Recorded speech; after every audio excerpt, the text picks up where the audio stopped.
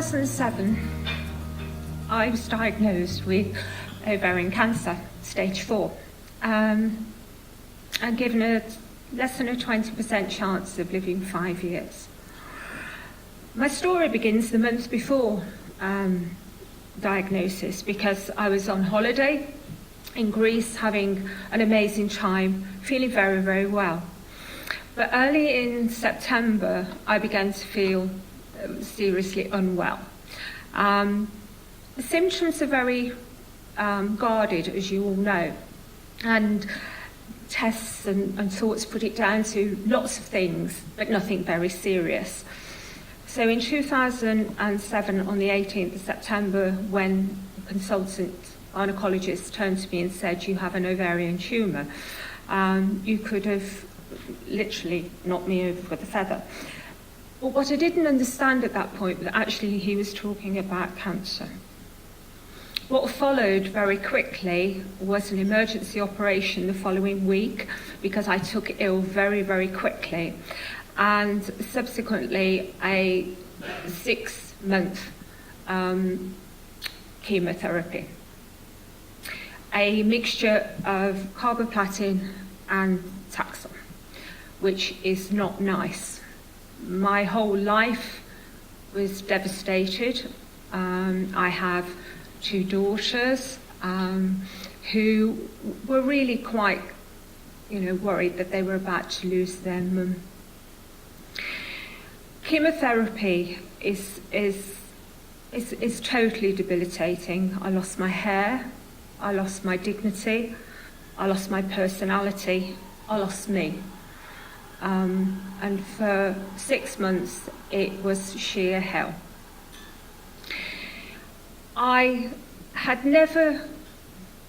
Nobody had ever approached me about ovarian cancer. In 1968, my mum was diagnosed with breast cancer. I was 15. At that time, they said to me that breast cancer wasn't hereditary. They also said that because of mum's age, the likelihood of me following suit and developing anything was just not going to happen. A few years later, mum had a secondary breast cancer in her other breast. She was one of the first people, I have to say, in the Midlands to have a full mastectomy and subsequently have silicone implants. She's 84, and she still has her silicone implants. They're not quite where they were, but she still has them. She still has them. But nobody had ever said that there might be a connection between mum's breast cancer and me. At the age of 50, they decided that, sorry, I must backtrack a little bit. They did put me a few years later onto a regular mammograms, because they thought that maybe there might be a connection. I hit 50, and they said, "You're not going to get breast cancer now, Sue, because of your mum, but you might get it because you're 50. So they then put me on a regular screening programme. At no point did anybody ever say to me that you might get ovarian cancer. At the point of diagnosis, they then looked at the history of mum and I, asked if we would be genetically screened. We said yes, and were subsequently told we had the BRCA2 gene.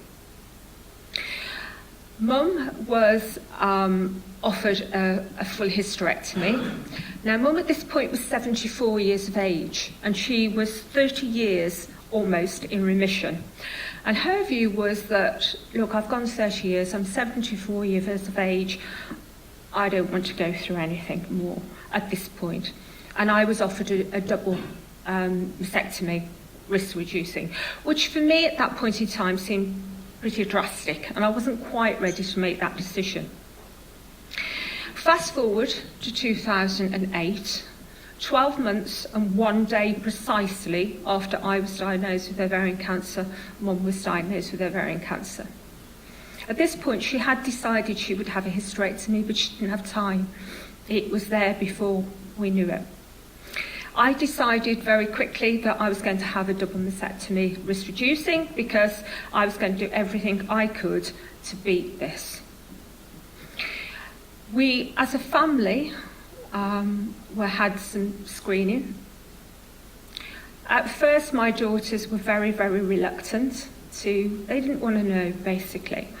Their biggest fear was that one would be BRCA and one wasn't going to be BRCA. And they went through a period of, we would rather not know, Mum. And I had to really, really just take a back seat and let them lead the way. They were subsequently tested a few years later, and guess what? One is BRCA and one isn't. We also know my brother is BRCA, my niece is BRCA.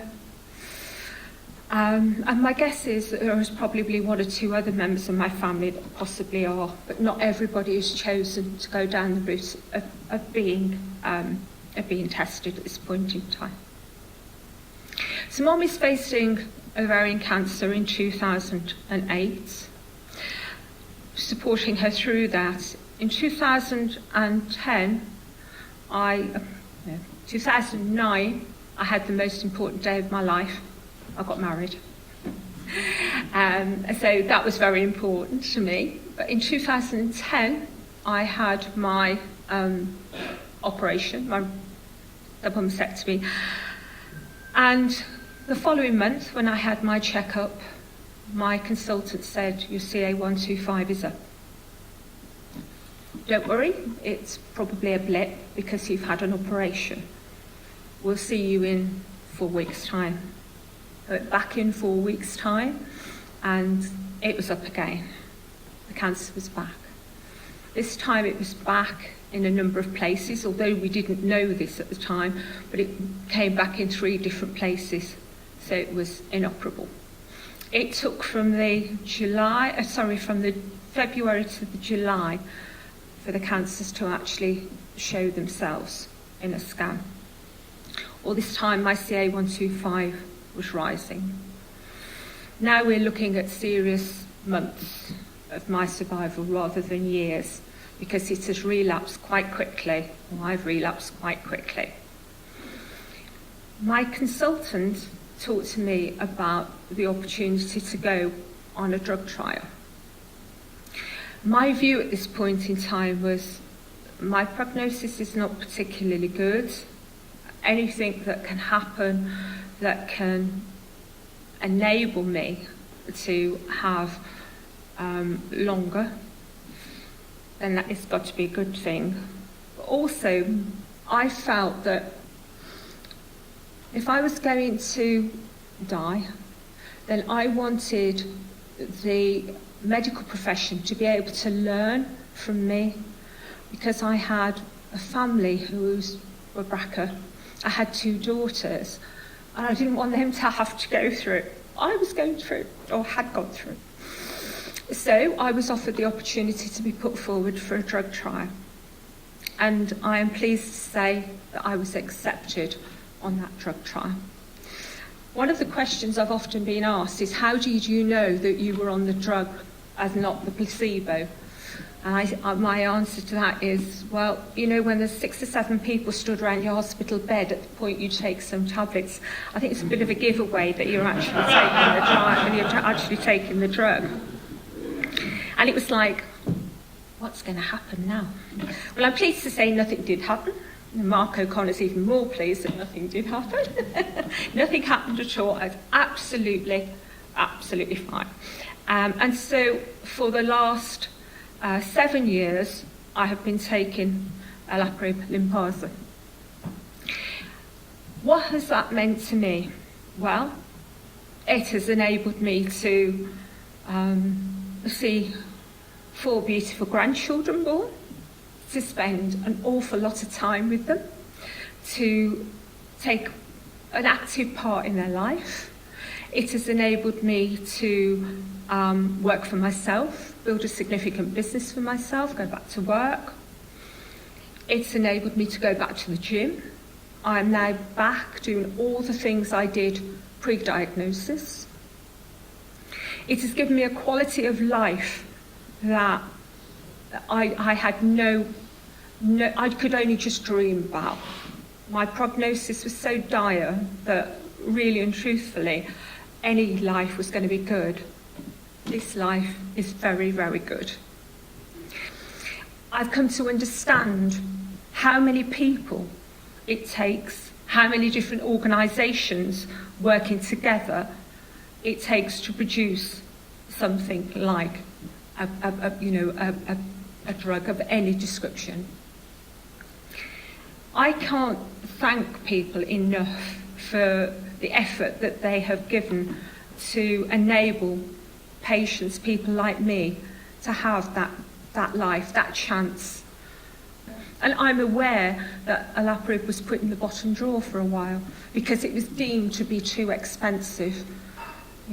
Yes, it's going to possibly enhance somebody's length of life. 6 to 9 months, maybe. Well, here I am, 7 years later. And who knew that was going to happen? So what price life? Somebody could have turned around and said, well, we're not going to give it to this lady because, we're probably looking at 6 to 8 months. It's too expensive. But I was in the right place at the right time and extremely lucky to be offered that trial. And I have had an amazing 7 years as a result of that. But that drug could have been overlooked. The belief of the pharmaceutical companies, the belief of the scientists, the sheer dedication of everybody that works in cancer research, if any domination, is just absolutely amazing. But the most important thing is funding. Because my background is local government, so I know what it's like to try and secure funding from government. I know the bureaucracies we have to go through to get funding for anything these days. And people, quite often will say, well, I give to cancer research and I give to this and I give to that, but without any real understanding, perhaps, of the difference that it actually makes to people like me. And so I want to say thank you very, very much for giving me the opportunity to speak this evening. More importantly, thank you from the bottom of my heart, because you have given me my life back. You've given my daughters their mum. You've given my grandchildren their nan. You've enabled me to have a life. I was in my mid-50s when I was diagnosed. I'd got a lot of living to do that was, not looking very good. But for the thanks to the funding and the sheer excellence of the scientists and researchers, I'm here actually to tell the tale. My mum is still well.